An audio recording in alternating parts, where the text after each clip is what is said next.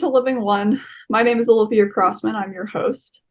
Living One is a monthly webinar series now in its 5th year, in which presenters from around the world share their vision of a future where all Earth beings live as one community in peace, dignity, and freedom. We ask the question, we know what's wrong, but what does right look like? Today, we have the 3rd session of our 4th and final 2023 series, Contemplative Activism and Nonviolent Action. All radical and long-lasting social justice movements, such as the Indian Salt March and the American Civil Rights, are rooted in practices of contemplative activism, reflective of nature's principles and ethics of nonviolence. The 4 speakers in this series will reflect on their personal transformative work and engagement in nonviolent action. Our guest today is Matt Legge.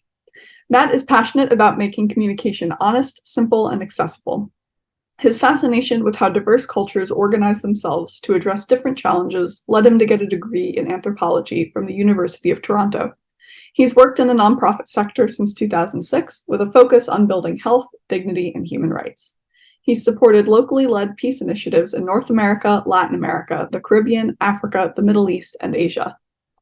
Since 2012, Matt has worked for the Canadian Friends Service Committee, CFSC, the Peace and Social Justice Agency of Quakers in Canada. In his work for CFSC, Matthew wrote the award-winning book, Are We Done Fighting? Building Understanding in a World of Hate and Division. He facilitates free workshops using content from the book and writes a popular blog of the same name for Psychology Today. But before we begin, I'd like to take a moment to acknowledge that we are all currently on various different Indigenous lands. I'm currently on the ancestral homelands of the Council of the Three Fires, which includes the Ojibwa, Ottawa, and Potawatomi. This land exists also as a place of trade with other Indigenous communities, including the Ho-Chunk, Miami, Menominee, Sauk, and Meskwaki. The Krulo Center for Nonviolence is located on the homelands of grizzly bear, takelma, dakubetete, coyote, coho salmon, golden eagle, and gray wolf. Matt will be speaking for about 45 minutes, after which we will have 15 minutes for question and answer. Please keep your microphone muted to avoid any unintended interruptions. If you have any questions or comments for Matt, please type them in the chat and I will read them out after the presentation. For anyone who isn't familiar with the Zoom chat function, if you move your cursor towards the bottom of your screen, you will see a number of icons appear, one of which is the chat function towards the center left of your screen. If you click on that, the chat will appear where you can type any questions or comments as we go. This Zoom session will be recorded, so if you would feel more comfortable leaving your camera off or changing your Zoom name, please feel free to do so. Finally, we ask that we all participate with full respect and attention to each other in the spirit of peace and wisdom that Living One seeks to foster. So without further ado, we welcome Matthew Legge. Thank you. Happy to be here. Yeah, absolutely. So do you want to start us off a little bit telling us about your arc and how you got to where you are today, the work you're doing now? Sure. Yeah. So as it says in the bio, I got a degree in anthropology and then wound up getting an internship in Guatemala. Lived in Latin America for a few years and was always really interested in peace and social justice issues. And when I moved back to Canada, I had the opportunity to start working for the Religious Society of Friends, also known as Quakers.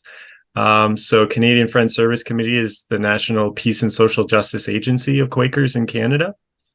And what I found was that I was learning from a lot of really inspiring voices, a lot of really incredible stories, and that there was a lot of wisdom in the community that wasn't being shared. So I think Quakers are really good at doing things quietly, but they're not necessarily good at inviting people in to hear those stories. So one thing that I always wanted to do was kind of collect those stories and share them, and not just from Quakers, but from other, inspiring nonviolent activists and people taking direct action. But at the same time, I'm also a skeptic. So I didn't want to just think that the stories were correct. I was kind of curious, like, what's going on here? And since I'm not an academic, I was able to look into findings from a bunch of different academic disciplines. So I started looking into a lot of social psychology, network science, a really interesting area, neuroscience, and trying to find out, what's going on here when conflicts are really destructive and violent and don't go well, or when they're successfully transformed. And so years of that kind of research and conversations with so many different people kind of culminated in 2019 in this book, Are We Done Fighting? And since then, I've been continuing to talk to people and, have all of these the conversations, the workshops, just so many different ways in which I'm trying to both learn and interact with people about conflict transformation, really. What is active nonviolence? How do we do it? Yeah, absolutely. And so what would you say about that? What is nonviolence? Great. So nonviolence is, I think, easy to understand and difficult to do. So I think that we live in this world that is so interconnected and this global world. So to me, I can be not violent by, staying at home and not committing acts of violence, but yet I require various things to live. I require clothing, I require shelter, I require food. I'm talking to you on a computer that's based or running thanks to conflict minerals. And so I think it becomes, the more you look into your purchasing choices, all those kind of decisions you make in your life, the more difficult nonviolence starts to look. Yeah. So Yeah. I like the idea personally of ahimsa or non-harm, coming from various Indian philosophical traditions, but I think it is always going to be imperfect as long as we're living in an imperfect world. So we are not individuals, we're in communities. And, I can be as nonviolent as I want to be, but if I'm still part of a violent community and I depend on violence from decisions that are made beyond me, then the best that I can do is try to also have some kind of a peaceful influence beyond me. So I think each of us has a lot of power to do that, to influence people around us. And we could talk about that. Network science has some really interesting findings in that area. But at the same time, each of us is also vulnerable to, so many things that are happening that are beyond our personal control. We're just we're each small. So this is the challenge of nonviolence. And, so I would say it's an active process to really live it. And you can always go deeper with it if you want to. It's never going to be perfect. Absolutely. And you mentioned the power that individuals have, and maybe you can explain a little bit about that, what you mentioned about network science and how, if we're living in violent communities, how do we still practice nonviolence? Yeah, so there's one example from the book that I thought was particularly interesting.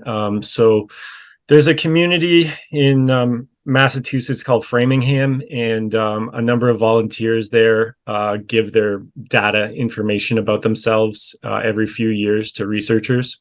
And so in 2008, this research team decides, let's look through these piles of data that we've been collecting for decades and decades. And let's see what we can learn about the social connections and the health and the well-being of people in Framingham, Massachusetts. And they find something really remarkable. They find that, so here's you, okay? So if your friend over here gets happier, then you get happier.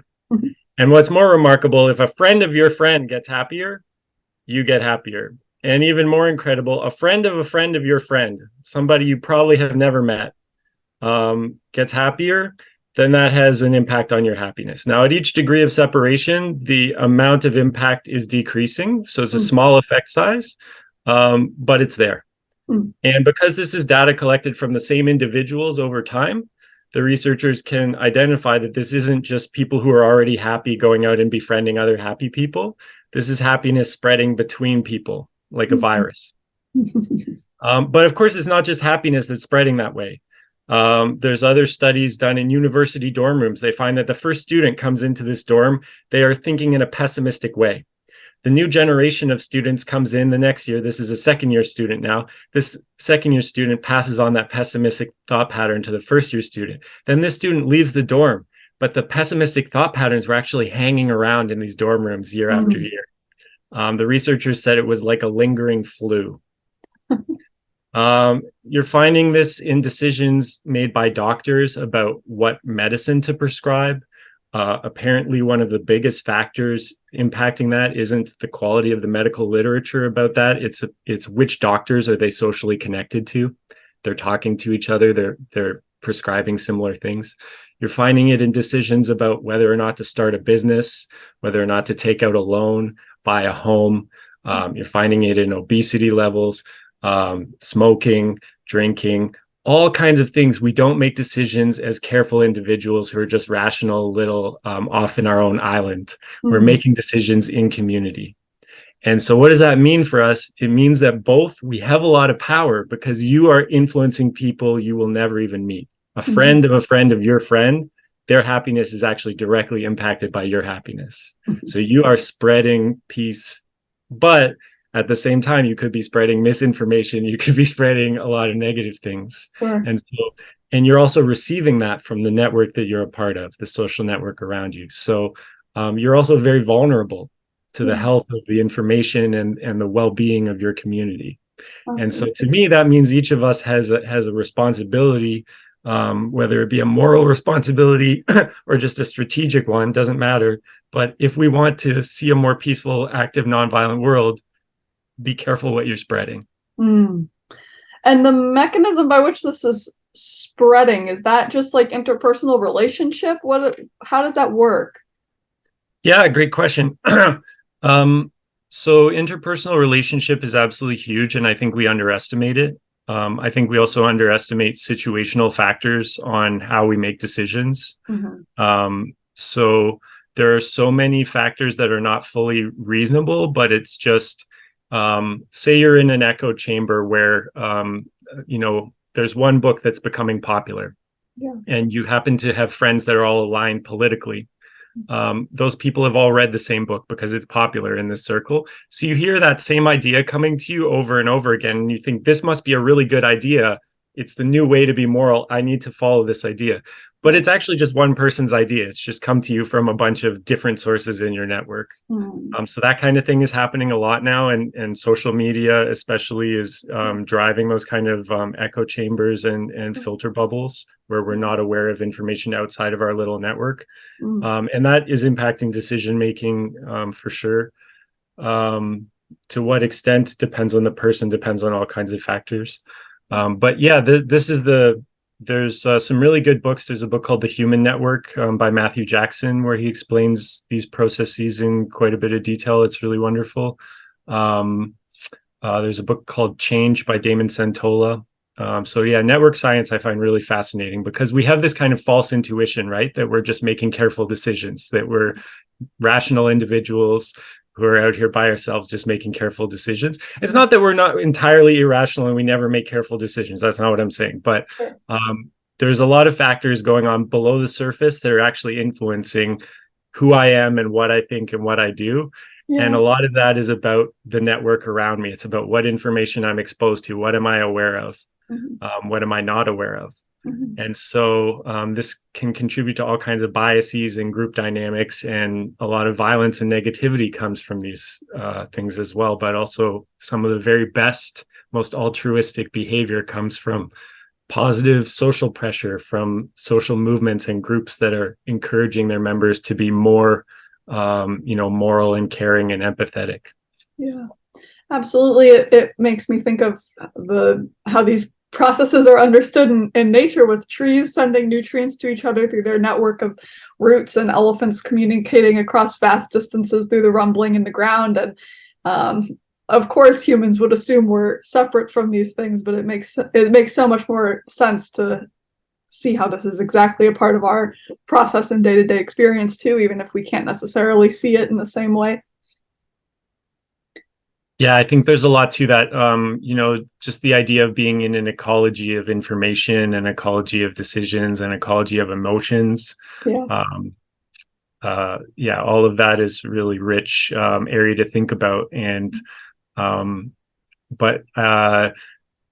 again, what are you spreading, right? So being intentional about it, I think, is really nice, because it can help with not feeling despair when you see the scale of some of the problems in the world and feel like, oh, I have absolutely no role to play in that. Well, you do have some role. It's just obviously not as much as a head of state or, you know, a Right. CEO of a major corporation or something like that. Right. Absolutely. And I imagine this would be one of the things in your book, you spend so much time exploring just some of the worst things that people do. And you mentioned the things that make you hopeful. I imagine this is one of them, but is there anything else on that topic you'd like to share? Yeah, I like to be practical in the book. So each chapter ends with some short tips that you can try if you want. Yeah. And so the question I'm always asking when I'm doing my work and when I'm doing my reading into various you know, studies and what the findings have been is how can I apply this, right? How can I make this practically useful to myself and to others? Yeah. And there's a lot. There's a lot that you can do. There's a lot of what I like to call, you know, we have this term fake news. Well, there's a lot of fake common sense. You know, the fact that I'm a rational individual out on my own is one. Yeah. But there's a lot of that stuff that we think is true, and when you start looking into it, it doesn't really hold up that much. Yeah. So there's a lot of empowering examples to stories. Yeah. Maybe I'll give you a story. So this is a pretty incredible one, but in 1989, human rights defenders in El Salvador were being murdered. And so they called out for help to the international community. And a number of volunteers agreed to go down and work with a group called Peace Brigades International. And basically what they were doing was going there to El Salvador and accompanying human rights defenders and keeping them safe, like unarmed bodyguards, basically. Yeah. And so one of the people who went down was Karen Ridd from Winnipeg, Canada. And Karen was just a, you know, average person who had been trained in active nonviolence and cared and wanted to go there and help. And their work was very effective for a time, and it proved to be too effective. So Karen and her colleague Marcela Rodriguez Diaz from Colombia were arrested by the military and quickly realized that they had been taken to a torture center. And so they're there in the torture center, and the guards are threatening them with, you know, rape and mutilation. And the group Peace Brigades International realizes that this is a crisis situation and starts getting their constituents back in Canada, their members, to contact their elected officials. And so people are, this is 1989, so they're sending faxes to their elected officials and saying, you know, here's the situation in El Salvador. Karen needs help. And so there was so much pressure put that actually the president of El Salvador himself started feeling that pressure, and he called the prison and he said to the guards, let this woman Karen go. Wow. And so they came to Karen and they said, okay, Karen, you can go. And she said, no, I'm not going, because you arrested me with my colleague Marcela, and you have to let both of us go. And the guards looked at Karen and they said, oh, Karen, you want to stay here? What do you want us? So they're making these kind of sexual innuendos at her. And she had a life or death situation on her hands right here. She's in a torture center. And she said, no, I don't want to be here. But you're soldiers. You know what solidarity is. You realize that if your comrade was down or fallen in battle, you wouldn't leave them, you wouldn't abandon them. And I can't abandon my comrade, Marcela. You understand. So what has she done just there? She's actually put these soldiers into a bind. This is what Gandhi called the dilemma action. Either choice that they choose, she wins. Because if they say, no, actually, we don't agree with you, Karen, we would just run away and leave this other guy, then they're admitting in front of each other that they're cowardly, that they have no solidarity. But if they agree with her, then they're actually reducing the social distance between them. They're saying, actually, we're the same. We're both human. And so the guards just went totally silent. She had absolutely flummoxed them. And then after a while, they said, yeah, we understand why you're here. And they let both her and Marcella go. Wow. And so Karen Ridd, in a situation that's life or death, no guarantee of success, found a way to connect and humanize even with torturers. And so these are the types of stories that I'm hearing often. They're not one-offs, and there's science behind why that works. But still, when you hear it and you reflect on it and you reflect on the courage that is present there, it's really very powerful, very remarkable. So that's the type of thing that I wanted to help, communicate with the book, that even in situations, and trust me, most of us, the conflicts we're dealing with day to day are not nearly as extreme as that, right?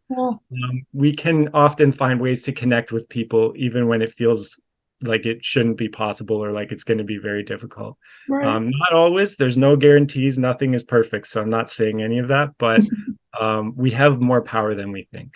That's the major thing that keeps me hopeful. Yeah. Oh, that's beautiful. What an incredible story. That's very much, I mean, what you just mentioned about just having more enriching and positive communication and conversations among individuals is very much like something that Living One is trying to foster, and just envisioning what right looks like and opening up the conversation. And what would you say is keeping us now from doing that more in regular life? And is there anything that we can focus on to foster that more in our day-to-day life or with the people that we're around? Yeah, there's a bunch of factors that keep us from it, right? We want to be right. We want to protect ourselves. We want to protect our turf. We want to protect our ego. Again, we're part of these social networks, and one of the things that social networks do is they exert a lot of pressure on us. So we feel pressure to be in good standing with our group. So if we change our viewpoint, that could be threatening. We might lose that good standing. So that's one of the factors that keeps us from being more open to listening to others who don't agree with us. And it's very easy to dehumanize people. There's a lot of research on that. It's very easy to see people as less moral than you are, less real of a person than you are. But all of that can be overcome with some also simple things. So intellectual humility, or the idea that you may be wrong, doesn't mean you believe you are wrong, because if you believe you are wrong, then you'll just change your mind. But just believing that you might be wrong, or that there might be more to the story than you are currently aware of, right? Listening and reflecting back what you think you heard can be really powerful, because it happens to me still regularly that I think I heard something and that wasn't what the person wanted to say, or even they didn't say that and I imagined they said that. So when we're in this communication process, it's so easy for noise to get in there, and especially when it's an emotional topic. We can imagine that the person has bad intentions. We can hear them saying things they didn't say. And so all of these factors, there's a whole chapter on belief in the book, and there's a whole chapter on communication in the book. And that's just because they're so central and they come up in so many different ways. But the ways around them, they're very simple. They're just not easy. But that, I think what is simple is listening. It is simple. It's just not an easy thing to do, especially if you're feeling emotional. So also trying to wait for the right times to even have conversations and set them up in the right environments. It's a skill that can be practiced. And I think personally, it should absolutely be taught in schools to young children, because that's the age when it would be really easy to do. Is get people listening more and have less emphasis on debates, which is like, I come with a point and then I just have to win with that point. And have more emphasis on dialogue, where I place something on the table, you place something on the table, we look at everything that's on the table, we all learn from it. A very different orientation to communication. Absolutely. Do you see contemplative practice as inherent in learning any of this, or maybe connected? I mean, honestly, I could even see just like the practice of listening as a contemplative practice in and of itself. But what would you say on that? Yeah, I think that's a good point. I could see it that way too, for Mm, sure. I think, silence somehow, whether it be in a more spiritual context like Quakers begin their worship in silence, or if it be a type of meditation um, or a prayer, but some way of kind of letting your current supposition and that just the energy that you're bringing kind of drop and just like relax a bit yeah. and loosen up a little bit. Mhm. That is, I think, very beneficial to then engaging in a more positive, open-hearted, constructive kind of way. Mhm. And so, yeah, I think I'm sure pretty much every tradition that exists in terms of spiritual traditions has some types of practices that are really beneficial for conflict transformation. Yeah. And looking cross culturally, I've been really interested to see some of the cultures that do this really well, and some research that different anthropologists, peace anthropologists, have done in that area. Um, and so there's a lot to be said for that. And just basically, most people are not running around killing each other. That's not what human societies are like. Mhm. So there are so many different ways in which people find ways to successfully coexist, to address injustices, to build, mutuality, to build a caring sense of community. And it's always going to be imperfect. It could always be improved. Yeah, absolutely. And you mentioned the Quakers begin their practice in silence. For those of us who aren't familiar with the Quakers, do you want to give us a little bit of background on them and maybe on CFSC as well? Sure. So in the 1650s in England, there was a few different people, but George Fox in particular um, was one of many churches that were kind of not comfortable with the level of power that clergy had at that time, Sure. and basically said that everybody is equal, is radically equal, in that we all have an inner light, or that of God, in us, and that means that everybody can directly access the divine. You don't have to go through any type of external structure. Mm. So a lot of things that were popular in Christianity at that time were kind of stripped away by George Fox. Mm. And there was a feeling of kind of him directly connecting with the spirit inside, and especially that was easier to do while sitting together with others. And that sitting would happen beginning in silence.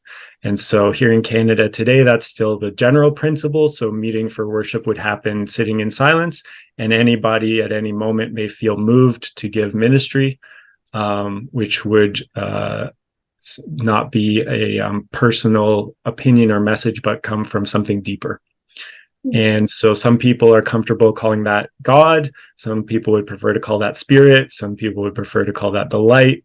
So there's a bunch of different understandings among Canadian Quakers, and there isn't really a doctrine or a dogma that they would agree on necessarily, but that's the form of worship. And then Canadian Friends Service Committee, we were founded in 1931. And Quakers have a strong sense of social justice, and there's these testimonies that many Quakers feel strongly about and want to try to express through their lives. And so the testimonies are simplicity, peace, integrity, community, equality, and unity with creation. Mm. And so Canadian Friends Service Committee has those as our core values. Yeah. And those are the things that we try to express through all of our different areas of work. We have 3 different main areas of work: peace work, criminal justice reform or penal abolition work, and Indigenous rights work. Mm. Beautiful. That's so interesting. And personally, I know you mentioned when you were describing your arc that you've always been oriented and interested in peace building and nonviolence in that respect. Was there anything in particular, I suppose, maybe in your studies or in your youth that set you on this path towards nonviolent action, or you think maybe influenced your desire to join CFSC? Yeah, that's a great question. Potentially, when I was young, I had the opportunity to visit Thailand in particular, and speaking with a number of people there in rural communities who were Theravadan Buddhists and were both quite committed to nonviolence. And I also felt really warm and um, embodied a way of living that I really admired and wanted to learn from. So to me, that felt like a kind of an epiphany moment of seeing how, I guess, active nonviolence, in a way, or many of the principles that I'm still so interested in today, are actually just kind of natural to a lot of communities. Yeah. And so, yeah, I think that that certainly had a big influence on my later philosophy and approaches to my work. Absolutely. Is there anything specific that you remember? Any examples from how they embodied these practices? It sounds like an incredible experience. Yeah. Just the warmth, the friendliness, the generosity of spirit, the openness, um, and in particular, talking to monks about just the very basics of Buddhist philosophy, I found very interesting and very reasonable seeming. And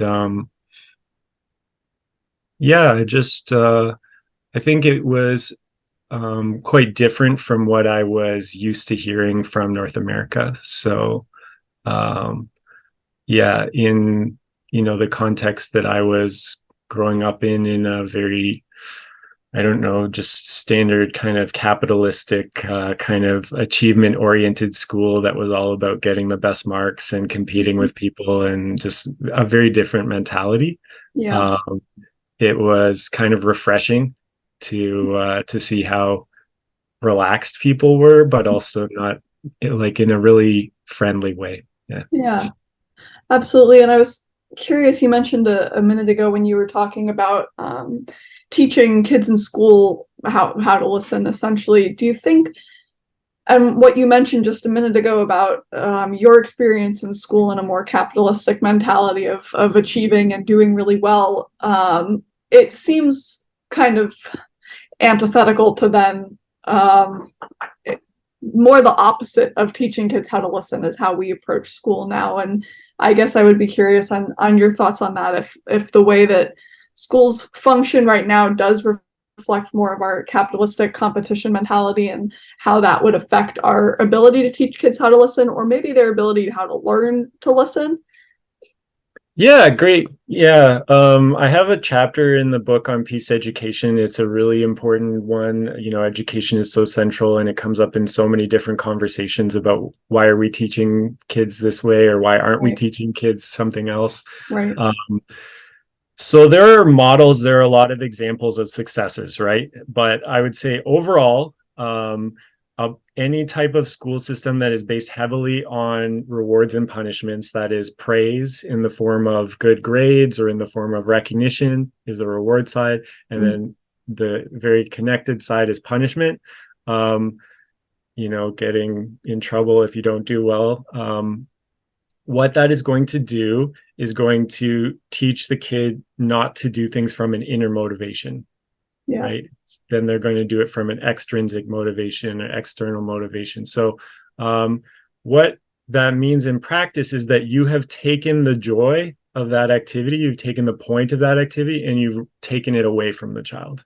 So if they feel that they've accomplished something for themselves because they're happy with it, now they're not accomplishing it for themselves because they're happy with it. Now they're doing it because of your judgment or your thing that you've placed on top of it. So now they're doing it for a different motivation, and it's fostering competitiveness, it's fostering insecurity, it's fostering a desire to do things for an external judgment. Yeah. And then that kind of judgment mentality comes into communication in all types. And so that's something that Marshall Rosenberg talks about a lot in nonviolent communication, for example, is that people are regularly expressing judgments or evaluations of each other rather than simply saying what they feel and what they need, which is actually much simpler. And it's actually a much better basis for connecting with each other, because our evaluations and our judgments, those are going to be more contentious. But saying, I feel this, you can't really disagree. Like, that's just what I feel, right? So it's much easier to have that conversation than to have a conversation that's more about these kind of external judgments. So not to say that everything in the school system is bad or anything like that. I'm not trying to make an extreme case, but I think it could be more beneficial to try to have less rewards and punishments, and try to have more emphasis on, did you enjoy that? How did that feel for you? Just getting people to be more familiar with their own feelings, their own needs, able to name them, and able to think about them. And that's not just in the school system. Parents can be doing that as well, rather than praising or punishing the child, really encouraging the child to think it through for themselves and express their own feelings and feel good in themselves that they can do that. And rather than being kind of, caught up in, especially debate. I was talking about, debate is this kind of me versus you.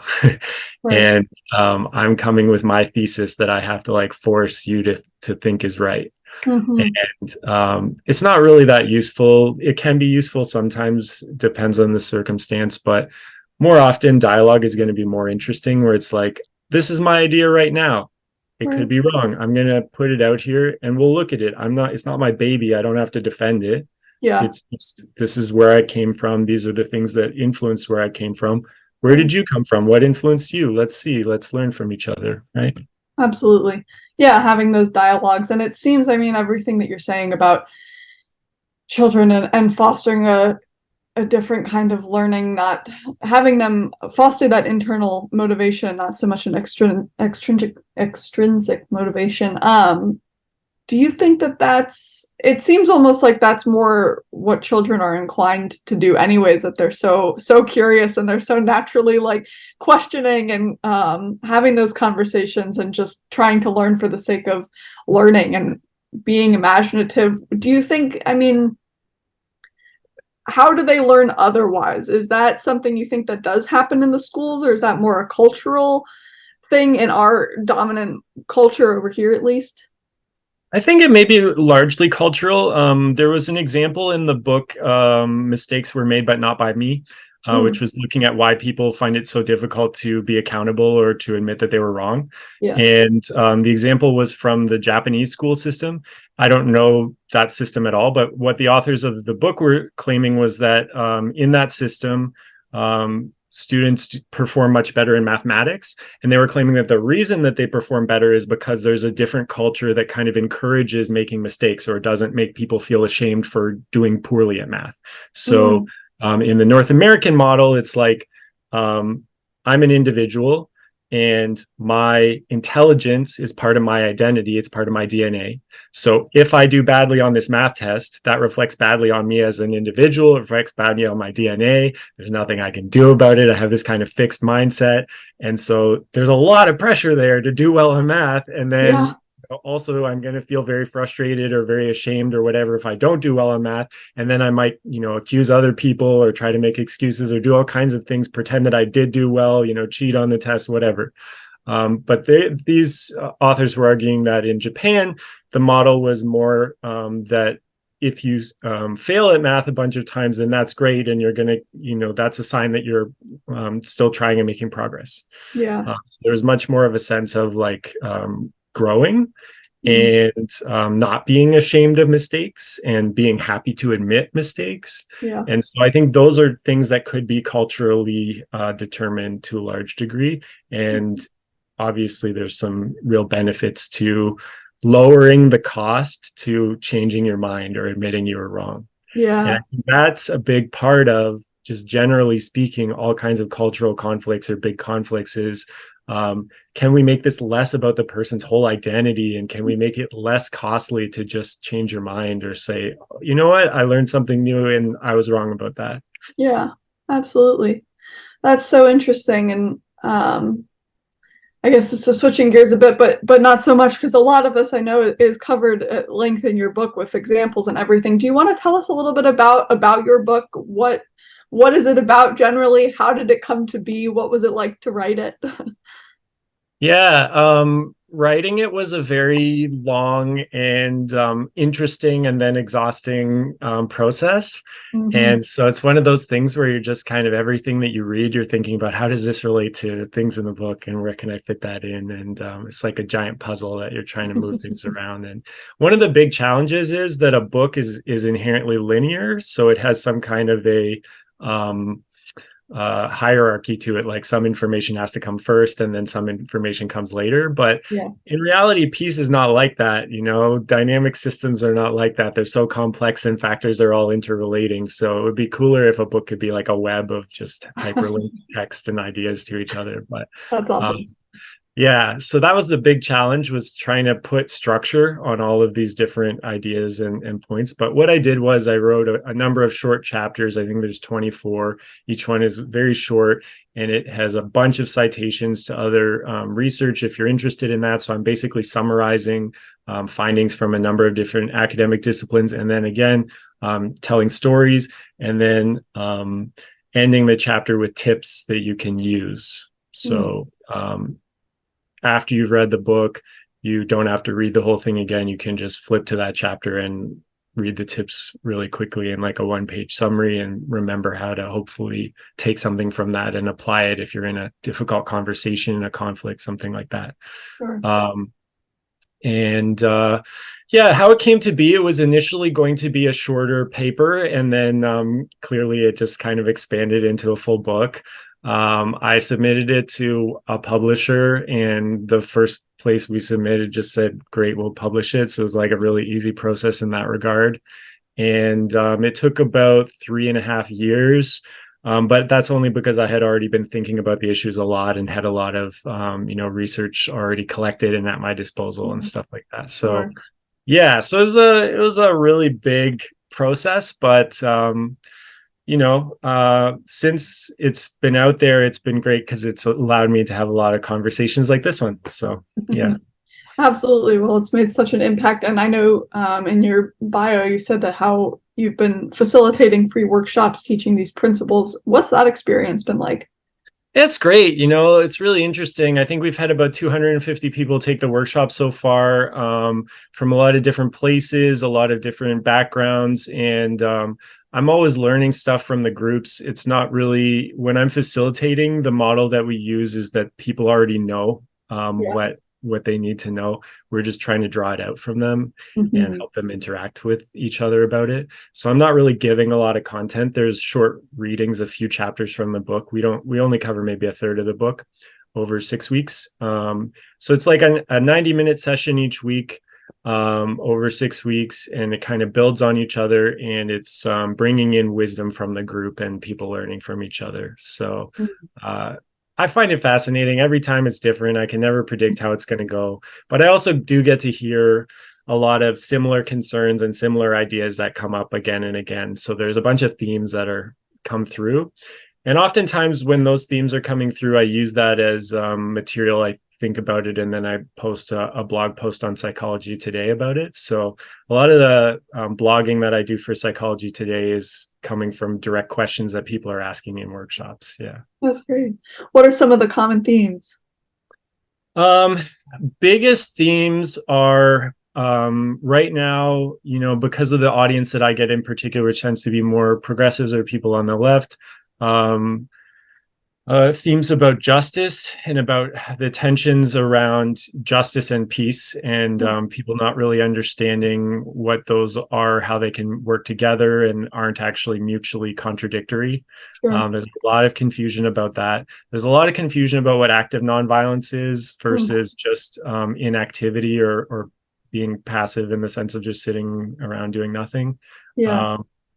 So yeah, those kind of themes come through a lot. Yeah. What would you say for that distinction between active nonviolence and inactivity? Sure. Yeah. So you see an injustice what do you do? If you're practicing active nonviolence, you move towards it. If you're practicing passivity, Mm, you look away or keep walking or whatever, yeah. right?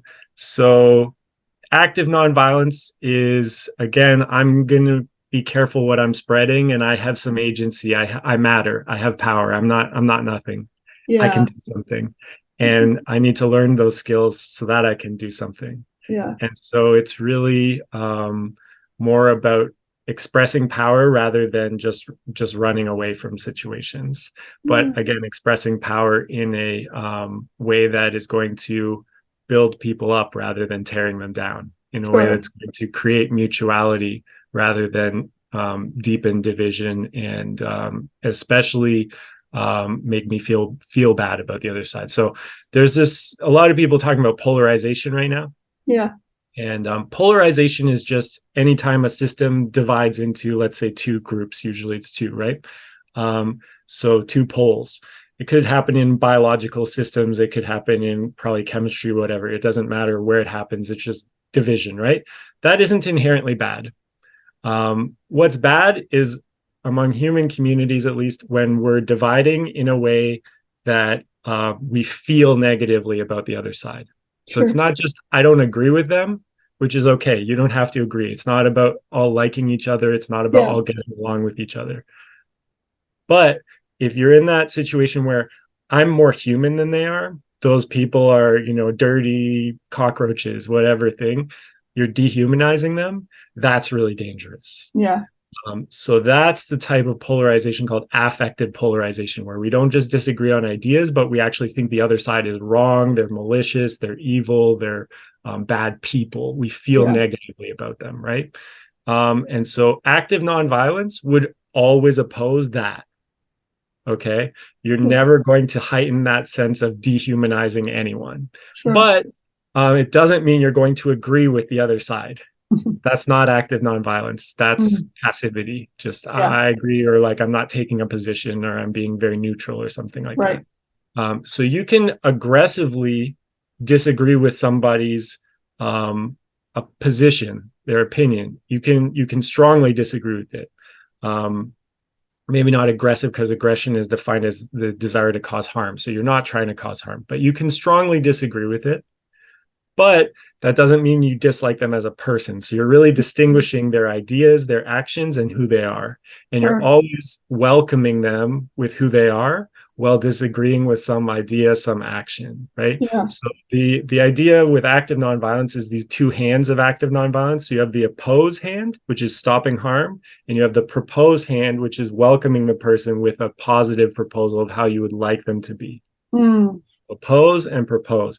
And I think a lot of people don't understand that. And so they get really stuck in oppose, where they're just feeling negatively and getting into that affective polarization of those people are the problem. Or they're yeah. just getting into, maybe propose, like trying to jump to a solution too quickly, where they haven't Right. even addressed the injustice, the power imbalance, the thing that's Mhm. going on, that's structural, maybe, that really needs to be addressed. So you have to do both, and that's challenging, right? Yeah. Active nonviolence Absolutely. is not easy. Yeah. Absolutely. Oh, that's so interesting, and especially just it seems like such it's easy to distinguish between when it seems like the ego comes in when you're identifying this is you're having conflict with this person because of the person versus because of the ideas or the disagreement or whatever, and us imposing our own ego and our own ideas about it. And just interesting the distinction you made there about what power is and what it is to feel that you have power without necessarily without approaching it in an aggressive mentality. That's really interesting. Was there anything from the process of writing the book or during these free workshops that you've been facilitating that stood out or you found particularly moving that you learned? Yeah, a lot of the stories have been particularly moving. There's another story that I was really fascinated by from Kenya, and this was a situation where there were a number of priests and imams who were calling for violence against LGBTQ people in Kenya. and members of the community got together and said, let's create a secret workshop. So we'll set up this workshop, and it will be about health, and we'll get these priests to come because they're interested in the health of their community members, of their parishioners. And so they did that. They're training them, they're teaching them all these things. Then after a few weeks, they're teaching them about AIDS and how it's impacting the health of people. And then after a few more weeks, they do the big reveal. Actually, we're gay. And at that point, because they've already built that human connection, then they say, do you still think that we should be targeted, for killing and violence? And then these priests and imams are saying, no, not you personally, you're our friends. Right. So a really brave and powerful and effective way to win some allies within this community that is traditionally been calling for violence against you, right? So stories like that, just really incredible. And again, not easy. And I can understand people not wanting to try that and not wanting to do that. But when people try active nonviolence, there are so many interesting and powerful examples of success. Yeah, absolutely. Well, that's beautiful. And this has been incredible. Matt, I know people have questions in the chat, so we can move in that direction. But thank you for everything you've shared so far. This has been incredible and so inspiring. Our first question was from Kathy about putting the name of the books that you mentioned into the chat. I remembered The Human Network and the book Change. Is there any others that you'd like to add there? No, those are just the two on network science. Yeah. Great. Okay, that sounds good. And we can also link those with the YouTube recording after the fact so that you all can come back to those if you haven't written them down. The next question is, can you address the Middle East in relation to everything you're speaking about? Sure. Yeah. It's really a very difficult and sad situation that we're witnessing, and a situation of grave injustice and horrifying brutality. Canadian Friends Service Committee works on Israel-Palestine issues, so we've issued a number of statements, and we're partnering with American Friends Service Committee around Gaza relief right now. I think my book is best positioned for day-to-day use by individuals, and so it's not really designed for geopolitics. There is a section on mediation. There's a bit about violence in social change movements. There's a bit about war and international violence, but that isn't the primary focus of the book. So I want to put that caveat in there that I'm probably not the best person to give a kind of political analysis of the situation. I follow it a bit, but there's people who know a lot more than I do. But I think it's wrong to assume that all situations can be addressed through the types of things that we've been talking about so far. So interpersonal contact or contact hypothesis is really great for a lot of situations, and contact can be very powerful. But I also understand why Palestinians have, for a long time now, basically rejected programs that are trying to bridge build by getting Palestinians and Israelis together to talk. Because that framing of the issue is that this is just a misunderstanding or a difference of opinion or a difference of history or something like that. And that's a component, but a bigger component is settler colonialism. And so that cannot be addressed just by interpersonal work. It needs to be addressed through higher level change, right? Change in government policies, change in social structures that are, decisions that are made by elites. And so how to influence those elite actors, whether it be the US government and their role in the situation, or the government of Israel or Hamas, I wish I had the answer to that one, right? I wish we could say this is how me and you as just individuals can impact elite decision makers. Not very easy. There is a lot of research in the book, especially from Erica Chenoweth and Maria Stephen, about nonviolence and social change. And we know that it's much more effective than violence in terms of overthrowing oppressive regimes. So we do know that, but it requires a lot of people. It requires a lot of different tactics. And so Gene Sharp, the political scientist, most famously studied that, but a lot of that research has been continuing by different political scientists today, especially Erica Chenoweth.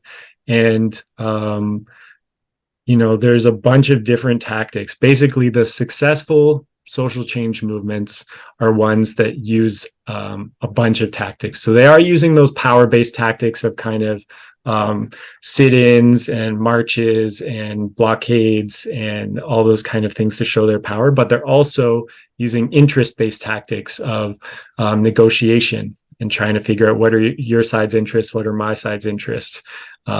They're using rights-based tactics of going to the courts, of saying these are our human rights, these are our rights, and trying to protect them with legal means and other means. And they're using compassion-based work, which is the easiest one to forget about, but that's, making some concessions, showing that the other side actually matters to you still, that you're actually willing to live together with them and have that harmony. And so all of those, it's not a which is the right one, all of them are the right one. They need to be kind of meshed together in this strategy. And that's really, really difficult. In this current situation, the situation is so dire in Gaza but in the West Bank as well. It can't be understood, in my opinion, it can't be best understood in terms of a symmetrical conflict where both sides have to just understand each other better, or where both sides have to make concessions. I don't think that that's the best way to understand it. As I said, I think a better framework to understand it is a situation of settler colonialism and deeply unjust policies, primarily from the state of Israel, although certainly the Palestinian Authority and Hamas have big roles to play that are not constructive necessarily at all. And a lot of Palestinians don't agree with those either. But elites, the decisions made by elites have to change, have to be more nonviolent. And that requires people power to make that happen. And I wish there was an easier solution, but I wasn't able to write this is the easy way to fix the world and create peace book. That's not what I could do. Well, let us know when you do, because I think you'll have a lot of readers. This is skipping ahead a few questions, and we'll go back to the ones on the top, but this is related to the same topic. So while we're on it, Kathy is wondering if you have any information on interfaith dialogue in the Middle East, if there's any movement in making peace through those avenues. Yeah, I haven't been involved too much in that, so I can't say too much. I mean, we're part of a number of, the Canadian Council of Churches and World Council of Churches that do some interfaith dialogue work. And there's also, we've been part of an interfaith statement here in Canada from various Jewish, Muslim, and Christian people who are all calling for a ceasefire and humanitarian aid to Gaza. So there's many initiatives, but I'm not too familiar with the details of them. Yeah. Thanks, Matt. Edward is wondering if you could explain a little bit more about what do you mean by the ecology of emotion, which you mentioned in the beginning. Yeah, just that idea of your emotion. So there's an interesting book called How Emotions Are Made. It's a bit controversial, but it's one possible take. And the argument is basically that you have physical sensations, but then to understand those as an emotion also involves some upbringing, some culture that is kind of teaching you how to interpret those physical sensations as a particular emotion. And so you're not learning what emotions you're having in isolation, you're learning it from people around you. So that's some kind of like an ecology. And even the physical sensations that you're feeling are influenced by people around you. So another interesting study showed Facebook messages. So people with emotional content in their Facebook messages are like spreading that emotional content to friends in their social networks, things like this. So yeah, your emotions spread between people, basically, is the point. There's like some cool videos you can see of it too, like someone walks onto a subway in a social experiment that they're doing for a YouTube video and is like laughing, and then a bunch of other people on the subway start laughing because it kind of catches on, and then this person walks off and there's still people just laughing on the subway, things like that. Or there was a study done where they had one participant in the study is actually an actor, and they're like doing group work together, and if the actor in the group is like being really positive versus the actor in the group is being kind of negative, like the quality of the group work and everybody's state in that group is just dramatically different. So yeah, just those kind of things. We're thinking about your emotions more in terms of like connections to other people and factors around you, rather than in terms of like, this is me, an island who has my own emotions. Absolutely. That's so interesting. Kathy is wondering if we could write the core values of CFSC in the chat. Do you want to describe those again, and I'll type them in for anybody who's watching them? Simplicity, integrity, peace, equality, community, and unity with creation.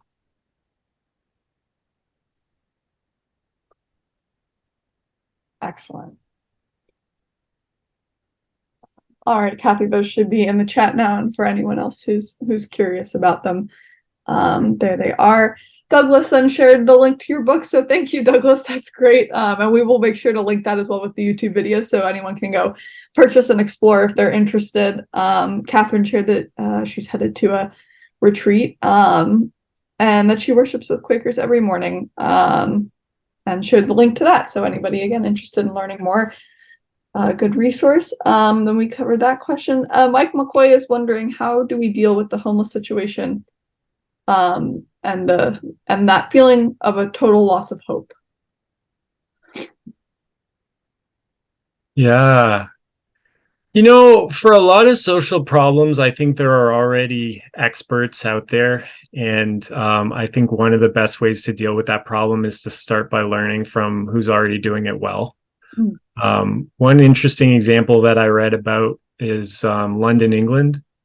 They implemented a task force where that task force was actually given resources and was given the ability to engage with any necessary department of government. So it wasn't just a siloed thing. It was looking at how are people becoming homeless because of the decisions of this level of government, all these different branches.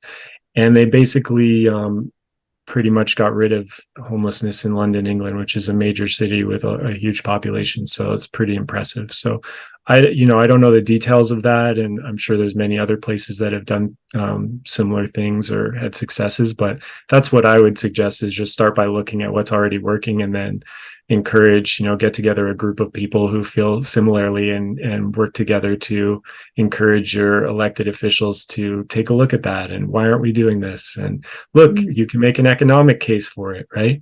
So understanding what motivates the person that you're trying to influence is really important too. Understanding their values. So there's Shalom Schwartz has a model of 10 common human values, and it's been studied in 82 countries. So there's a lot of support for it. And 10 values, it's not that much. That's really what motivates pretty much anybody on pretty much any issue. But what you care about might not be what they prioritize and care about the most. So I can link a blog post I have that has that information in it. That would be great. Yeah. And we can put that out with the YouTube as well, or in the chat if that's easier for everybody. Thank you, Matt. That's great. Does anybody else have any questions or comments they'd like to share before we wrap up?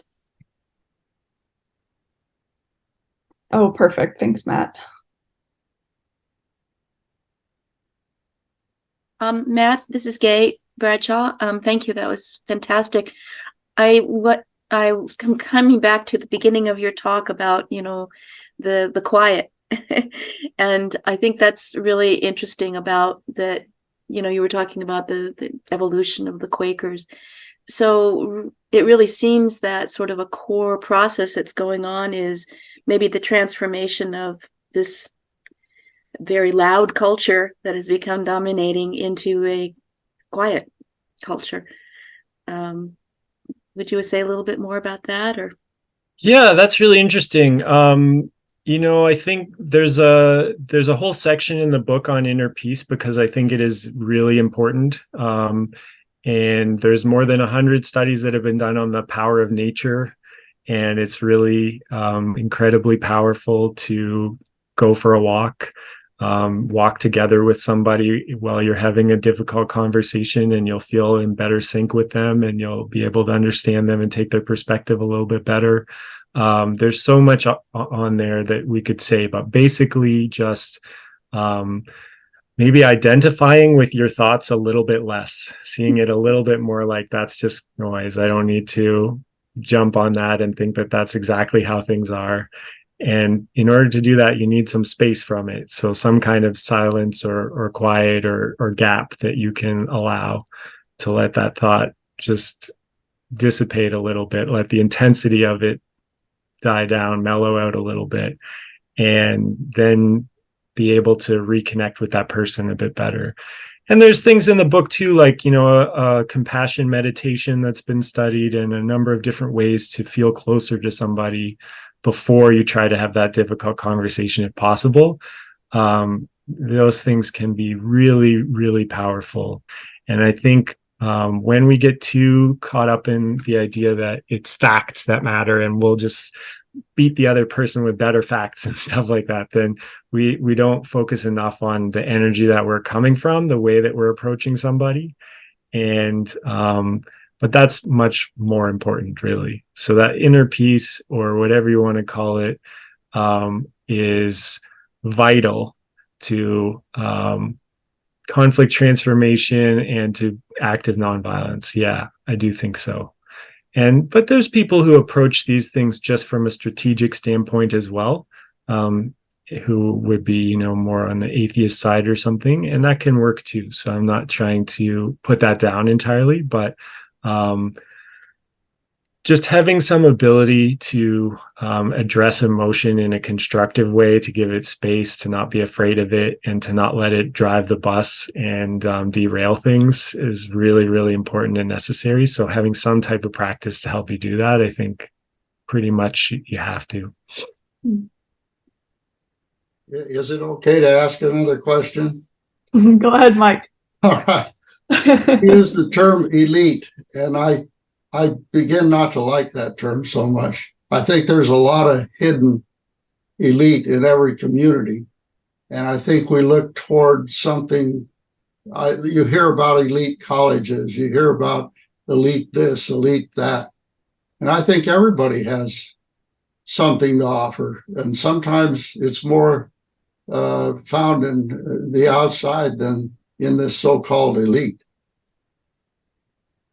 Yeah, no, I agree. I think the term I'm searching for is, I don't want to say more powerful people, because I think I'm trying to talk about power in different ways, but people who have more influence or ability to make a decision, such as, Benjamin Netanyahu has much more power than I do currently in that situation that we were discussing, which was Israel-Palestine, right? So whether you want to call him an elite or a more powerful person or leaders or whatever, it's important to distinguish people who have the power to do something and people who don't have the power to do that specific thing.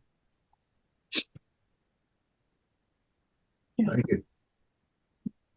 Thanks, Mike. And thank you, Gay, for your questions. If anybody else has anything they'd like to add. I have one question. What's the photograph, the black and white photograph behind you? Photograph. Isn't that a photograph? I don't know. It looks like this right here. Oh, it's it's actually just a bunch of jewelry. Oh. Still art. Is that a Weechal Indian? Is that a Huichol? It's from Panama. Yeah, It is. it's a piece of indigenous art from Panama. Yeah.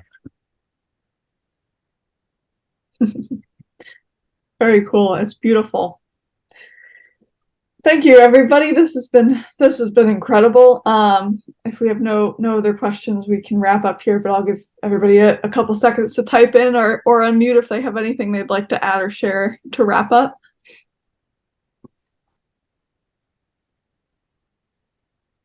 Matt, listeners can subscribe to your newsletter. Yeah, absolutely. So if anybody's interested in doing the workshops, I'll put the link in here, and at the bottom of that page, you can also see the link for our email list. Perfect. That would be great. Wonderful. And we can make these links accessible after the fact as well for everybody who hasn't copied them or written them down. So that's excellent. Thank you for sending those, Matt. We will. All right. That sounds great. Thank you, everybody, for your questions and your comments and your engagement. And Matt, thank you so much for taking all this time with us and walking us through all of this. It's been incredibly interesting and inspiring. So thank you so much for being here. Thanks. Yeah, it's been great. We will be joined next week. 2 weeks from today. Make sure to make a note of that. Next week will be an off week for Living One, and we will be back 2 weeks from today on Friday, November 17th, also at 10 a.m. Pacific time, when we will be joined by Rhonda Fabian. Rhonda is the editor of Cosmos Quarterly. She's an ordained member in the Order of Interbeing and an international Buddhist community founded by her teacher, Thich Nhat Hanh. She's also a court-appointed special advocate for abused and neglected children, and an NGO representative to the United Nations for Cosmos Associates.